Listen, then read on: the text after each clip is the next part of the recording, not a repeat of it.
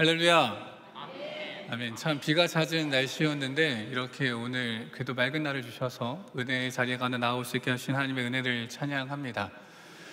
참 비가 계속 오고 습한 날씨가 이어지다 보니까 참 꿉꿉하고 정말 싫었는데 그 시간들을 보내면서 정말 햇살이 참 밝고 소중한 거였구나를 다시금 깨닫게 되는 요즘입니다. 그런 마음을 가지고 오늘 이 자리에 섰는데 우리 성도님들의 얼굴을 보니까 예배를 사모하며 나온 햇살보다 더 밝은 얼굴들이 이 자리에 있는 것 같아 참 행복합니다. 우리 옆에 있는 분들과 함께 인사 나눠볼까요? 햇살보다 밝은 당신과 함께 있어 행복합니다.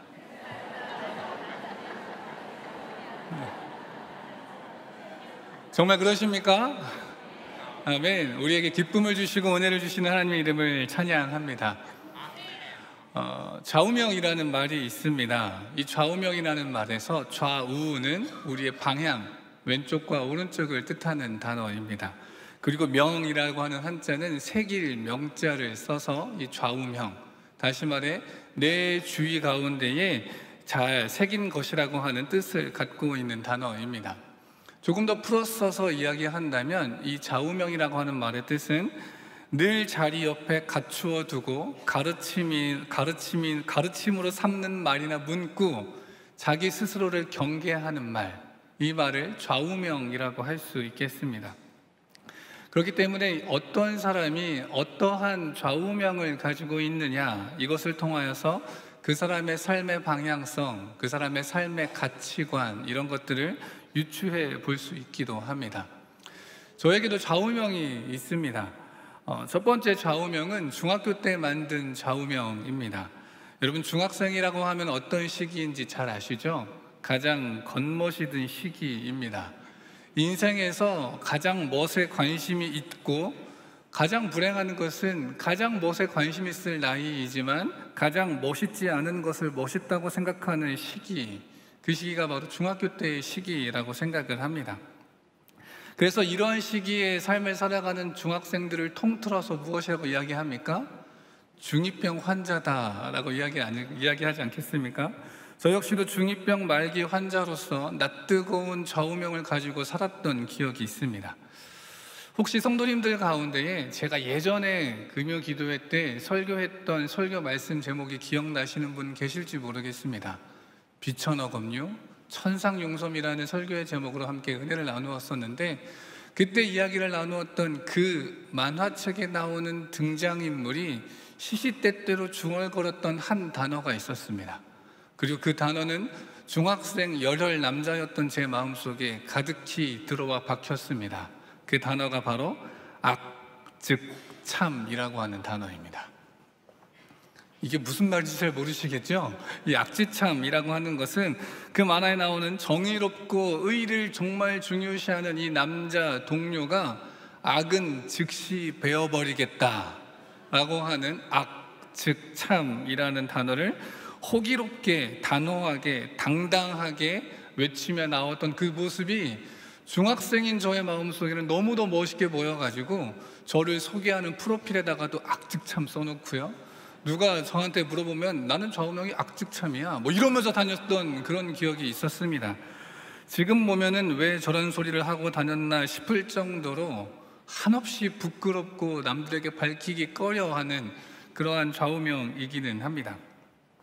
그리고 물론 이 좌우명은 제가 고등학교에 올라가면서 소리 소문 없이 사라지게 되었고, 저는 새로운 좌우명을 갖게 되었습니다.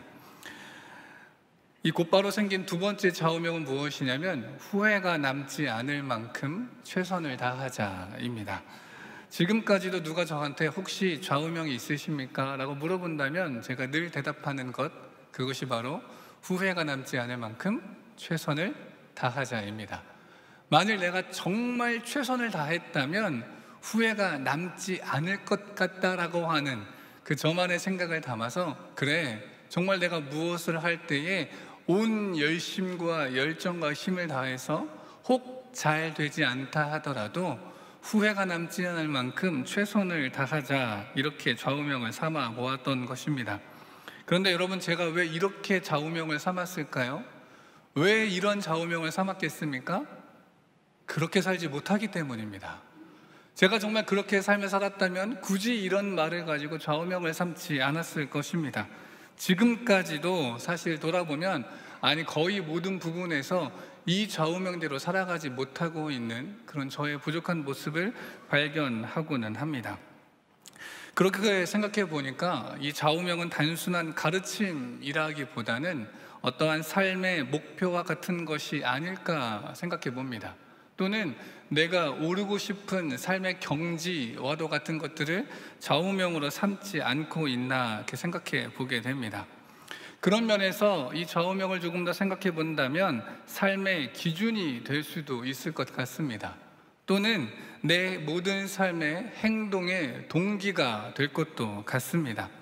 그러니까 좌우명과 가치관은 어떻게 보면 되게 비슷한 단어라고 생각해 볼 수 있겠지요. 또한 좌우명은 되고 싶은 목표나 삶 가운데에서 얻고 싶은 가치를 나타내기도 할 것 같습니다. 또는 하고 싶지만 할 수 없는 이상을 나타내는 걸 수도 있겠습니다. 앞서 말씀드린 것처럼 인간인 이상 어떻게 한다 하더라도 후회가 남기 마련일 텐데 그 후회를 경험하지 않기를 원하는 저의 좌우명과 같이 바라고 원하지만 이룰 수 없는 그 이상을 표현하는 것이 좌우명이 아닐까 합니다. 우리 성도님들께 한번 여쭙고 싶습니다. 성도님들 좌우명을 가지고 계십니까? 네. 감사합니다. 내 마음속에 품고 살아가고자 하는 삶의 목표, 삶의 목적과도 같은 그 좌우명, 혹시 그런 것들이 있으신지요? 내 삶 속에 울림이 되는 말이나 상황을 가지고 여러분들이 삼고 있는 것들 있으신지 한번 돌아봤으면 좋겠습니다. 우리 주님께서도 이러한 좌우명이 있으셨습니다. 바로 누가복음 4장 16절부터 21절까지의 말씀인데요, 예수님의 좌우명과도 같은 이 말씀 우리 같이 함께 한 절씩 교독하도록 하고 마지막 절을 함께 읽겠습니다.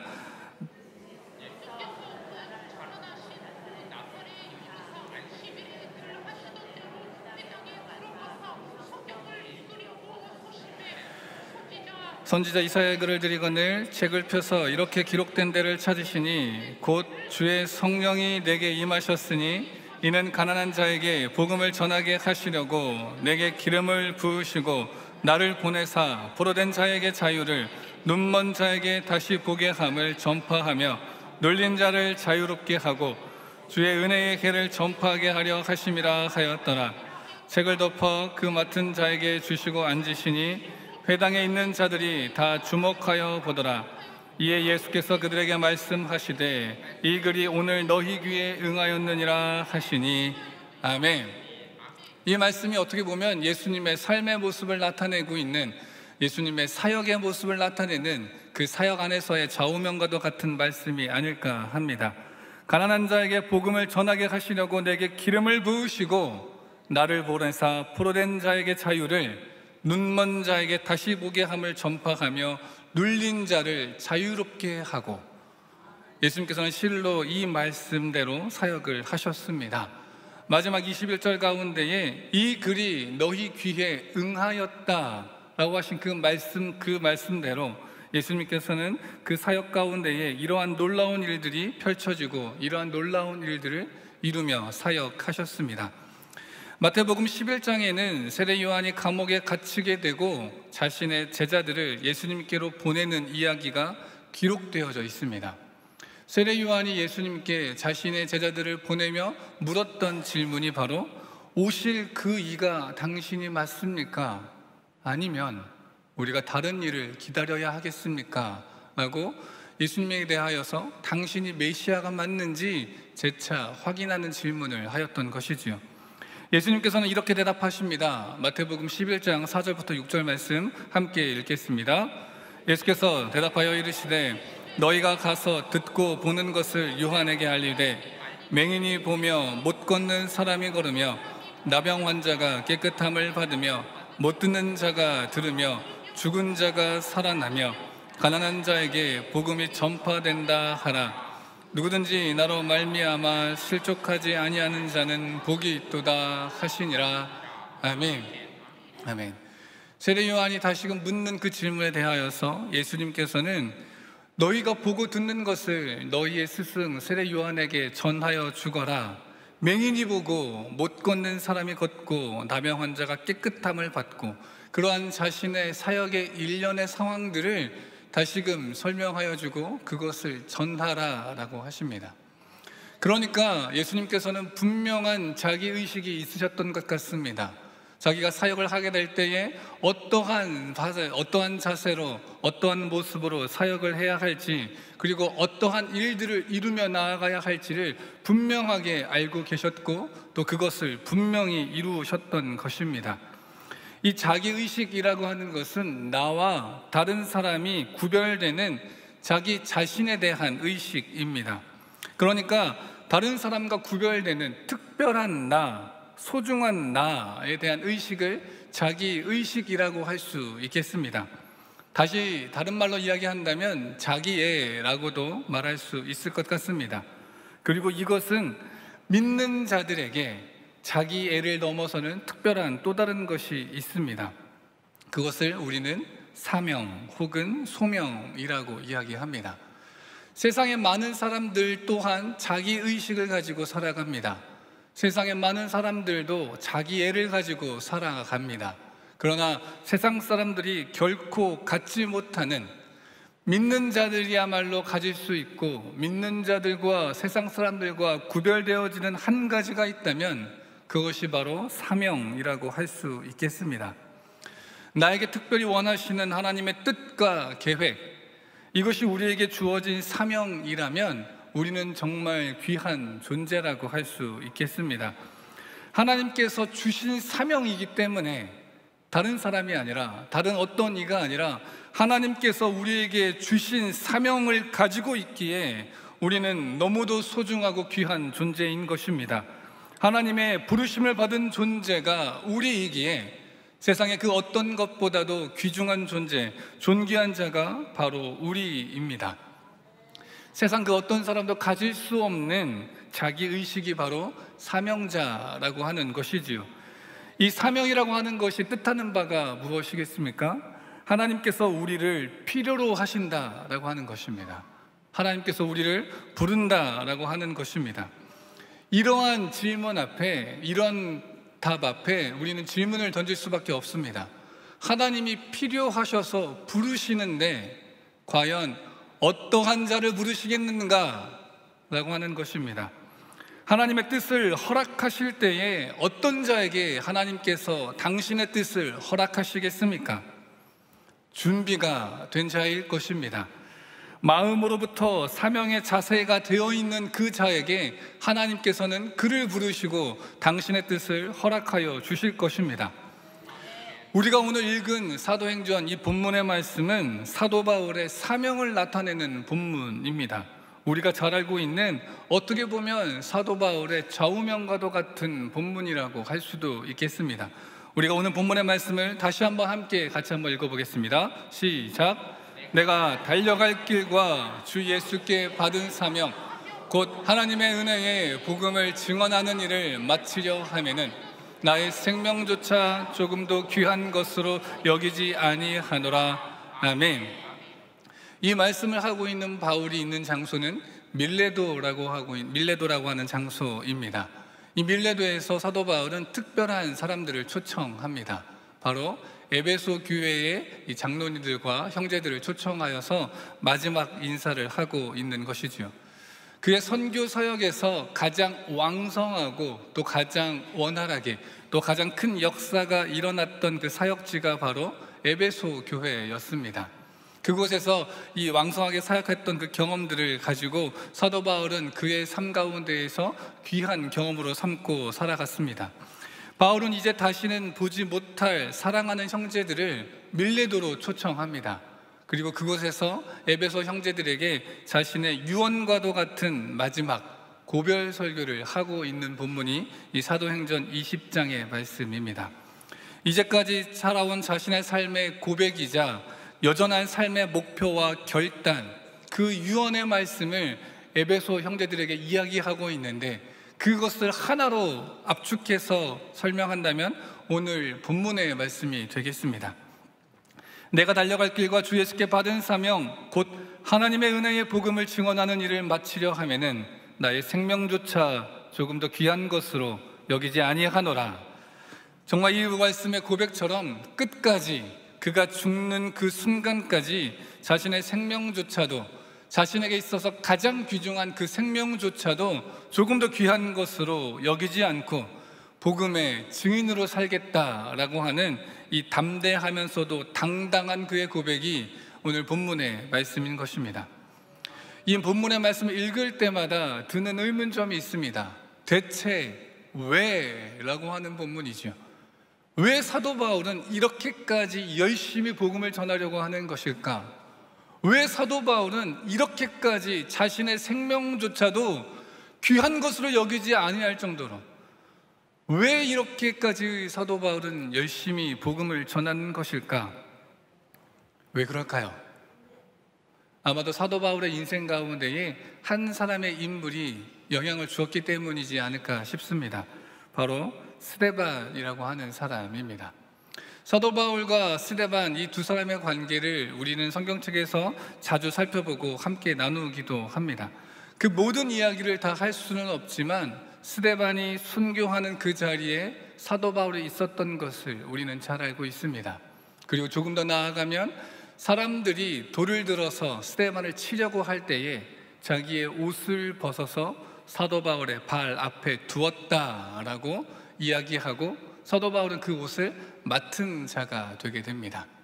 이것이 무엇을 뜻하냐면 스데반을 돌로 치는 것에 대한 공식적인 증인이 된다는 뜻이고, 그의 죽음에 대하여 찬성하며 동시에 책임을 지겠다라고 하는 그 자리가 바로 옷을 맡아두는 자의 위치입니다.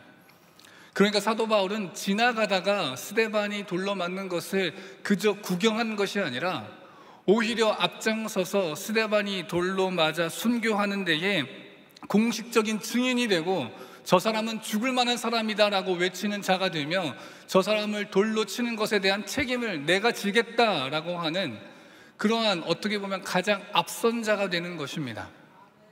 스데반이 예수님을 만나고 나서 변화되었을 때에 가장 그의 마음을 아프게 한 기억이 무엇이겠습니까? 물론 수많은 사람들을 쫓아가서 감옥에 결박하여 가두었던 일들, 그 많은 일들이 자신의 마음을 어지럽게 하고 힘들게 하는 그런 일들, 경험, 기억이었을 것입니다.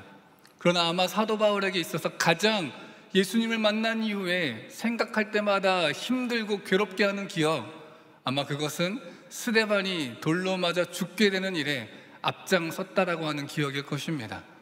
스데반이 어떠한 인물입니까?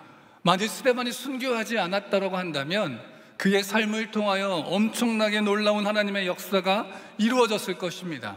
스데반 또한 자신의 삶을 통하여 하나님의 복음의, 예수 그리스도의 복음의 능력을 증거하고 선포하였을 것입니다. 그렇기 때문에 이 스데반을 죽게 했다라고 하는 그 자책감으로 하여금 사도 바울이 가지게 된 자기 의식이 있습니다. 그것은 바로 빚진 자라고 하는 자기 의식입니다. 정말 놀라운 하나님의 역사를 이루어가며 복음을 증거했을 스데반의 몫까지 내가 감당해야 하겠다라고 한다는, 이 두 사람의 몫을 감당해야 한다는 빚진 자라고 하는 자기 의식이 사도 바울에게는 있었던 것 같습니다. 그래서 그럴까요? 우리가 오늘 함께 읽은 이 본문 말씀 가운데에서 사도 바울은 자기 의식과 사명을 두 가지로 나누어서 이야기합니다. 나의 달려갈 길, 그리고 주 예수께 받은 사명, 이 두 가지를 따로따로 이야기하고 있는 것이죠. 주 예수께 받은 사명이 무엇입니까? 바로 뒤를 이어서 설명합니다. 주 예수께 받은 사명이란 하나님의 은혜의 복음을 증언하는 일입니다.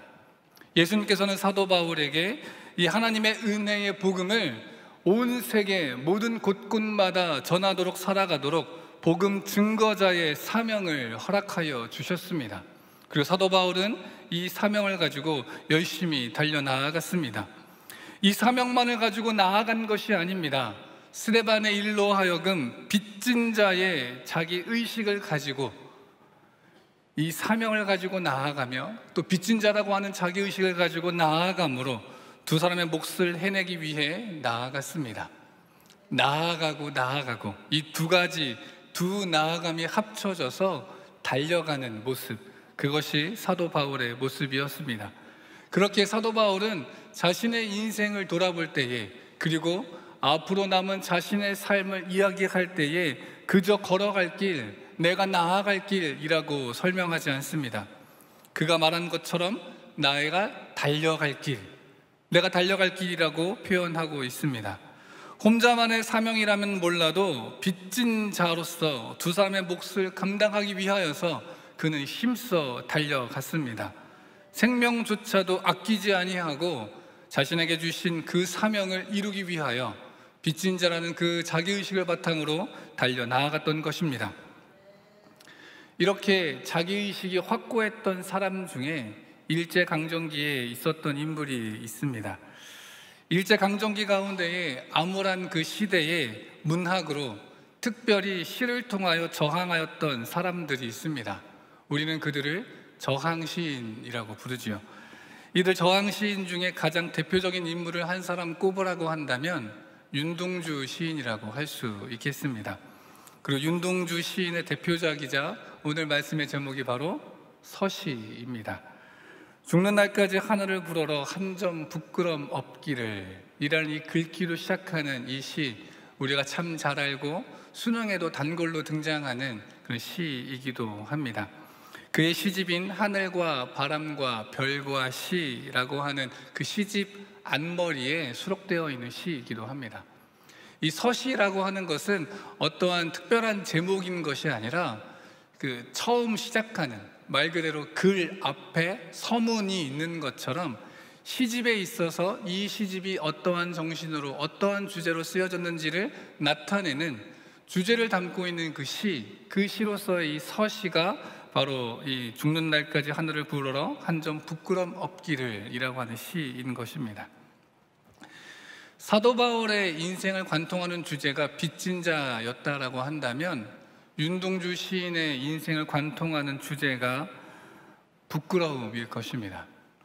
그의 일생은 한국인으로서 일제에 저항하며 열심으로 독립을 얻기 위해 투쟁하는 그 열망이 있었지만은 그의 인생은 그러지 못했습니다. 직접적인 무장 투쟁을 하지 못한 그의 삶이었습니다. 아니, 투쟁을 하고 저항을 하기보다 오히려 일본 유학이라고 하는, 한국인이라면, 독립을 꿈꾸는 사람이라면 왜 그런 길을 가야 하는가? 라고 하는 그런 질문이 어떻게 보면 한국인으로서 걸어야 할 반대의 삶을 살아간 자, 그게 바로 윤동주의 삶이었습니다. 내 마음속에는 독립에 대한 뜨거운 열망을 가지고 있지만 내가 공부하고자 하는 또 그러한 열망이 있어서 일본으로 유학 가서 공부하는 자신의 삶을 돌아보며 그가 그 마음속에 가득 찼던 것, 그것이 바로 부끄러움입니다. 얼마나 자신의 삶이 부끄러웠는지 그는 그 시에서 잎새에 이는 바람에도 나는 괴로워했다라고 고백하고 있습니다. 그런데 이 윤동주의 삶이 과연 부끄러움만으로 끝났을까요? 그렇지 않습니다. 그 부끄러움을 넘어서고야 하는 결단이 분명히 그에게 있었습니다. 그 결단으로 하여금 그의 시의 마지막에 죽는 날까지 하늘을 우러러 한 점 부끄럼 없기를 소원했던 그의 삶이 이루어지게 되었습니다. 윤동주의 마지막은 우리가 잘 알고 있는 것처럼 1943년 항일운동으로 체포되어 재판을 받고 형을 치르던 중에 28살이라고 하는 젊은 나이로 생을 마감하게 됩니다. 그런데 여러분, 재판장에서 윤동주가 어떠한 제목으로 재판받게 되었는지 아십니까? 조선 민족의 실력과 민족성을 향상해 독립을 가능하게 한 점, 대동아 전쟁에서 일본의 패배를 몽상하고 그 기회를 틈타 조선 독립의 야망을 실현하려고 한 점, 이것이 윤동주의 죄목이었습니다. 근데 윤동주의 삶은 어떻습니까?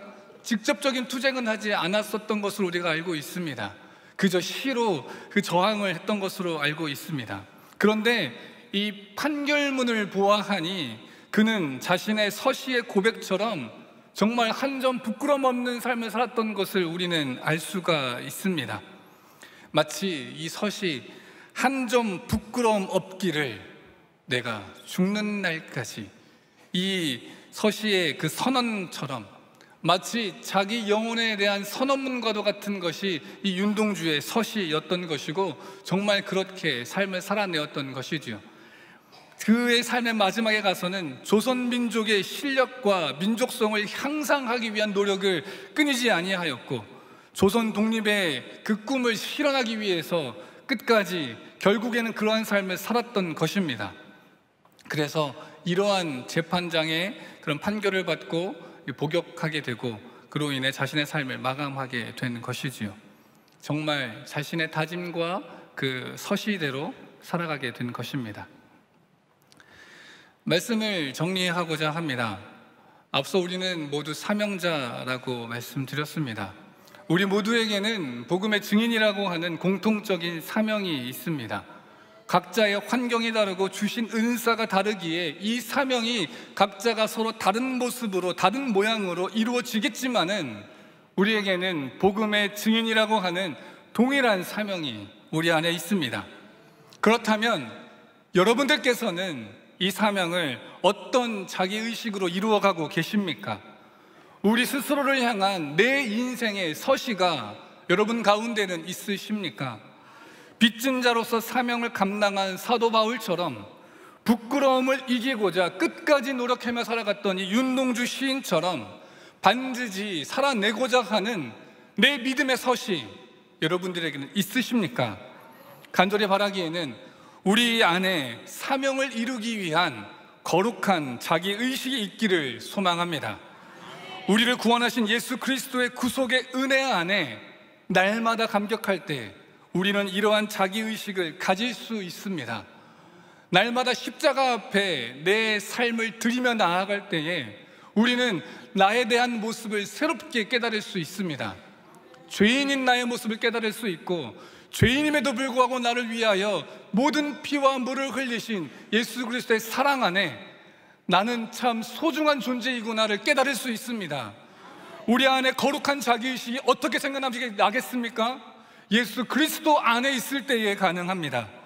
그러니 우리가 이 거룩한 자기의식으로 사명을 이루어가기를 원하신다면 은혜 안에 거하여야 합니다.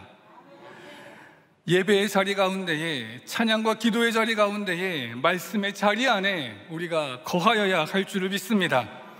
그러니 여러분, 은혜의 자리를 벗어나지 마시고 오히려 은혜의 자리를 힘써 찾고 그 안에서 허락하시는 거룩한 자기의식으로 사명을 감당하는 우리가 되어지기를 간절히 소망합니다. 오늘 본문 말씀을 다시 한번 읽기를 원합니다. 내가 달려갈 길과 주 예수께 받은 사명 곧 하나님의 은혜의 복음을 증언하는 일을 마치려 하면은 나의 생명조차 조금 더 귀한 것으로 여기지 아니하노라. 이 말은 바울에게 있어서 서시로만 그치지 않습니다. 오히려 결시라고 할 수 있겠습니다. 자기의식과 소명을 죽는 날까지 끝까지 지켜낸 사람이기 때문에 그렇습니다. 우리에게 은혜 안에 주시는 이 자기의식과 사명이 있다면 결코 돌아서지 아니하고 끝까지 나아감으로 서시가 결시가 되어지는 귀한 복과 은혜의 삶이 우리의 삶이 되어지기를 간절히 소망합니다. 함께 기도하겠습니다. 사랑과 은혜의 아버지 하나님, 오늘도 우리를 변함없는 사랑으로 인도하여 주시고 귀한 은혜의 귀한 예배의 시간으로 우리를 새롭게 하시고 결단하게 하시니 감사합니다. 간절히 바라기는 우리의 삶이 사명을 이루어가는 참된 사명자의 삶을 살아가기를 원합니다. 이 사명을 이루어갈 때에 우리 안에 거룩한 자기의식이 있게 하여 주시어서 복음의 증인이라고 하는 우리 모두에게 허락하신 이 사명을 온전히 이루어가게 하여 주시옵소서. 항상 은혜 안에 거하기를 사모하며 예배의 자리를 떠나지 아니하고 우리에게 부어주시는 은혜로 말미암아 거룩한 자기의식을 갖게 하여 주시고 죽는 날까지 끝까지 복음의 증인으로 살아가겠다고 빚진 자의 심정으로 고백하는 이 사도 바울의 고백을 우리 또한 고백하며 살아가는 자가 되게 하여 주시옵소서. 우리에게 은혜를 주시고 거룩한 자기의식으로 주신 사명을 날마다 이루어가도록 함께 하시며 충만하게 임하여 주시옵소서. 감사드리며 예수 그리스도의 이름으로 기도하옵나이다. 아멘.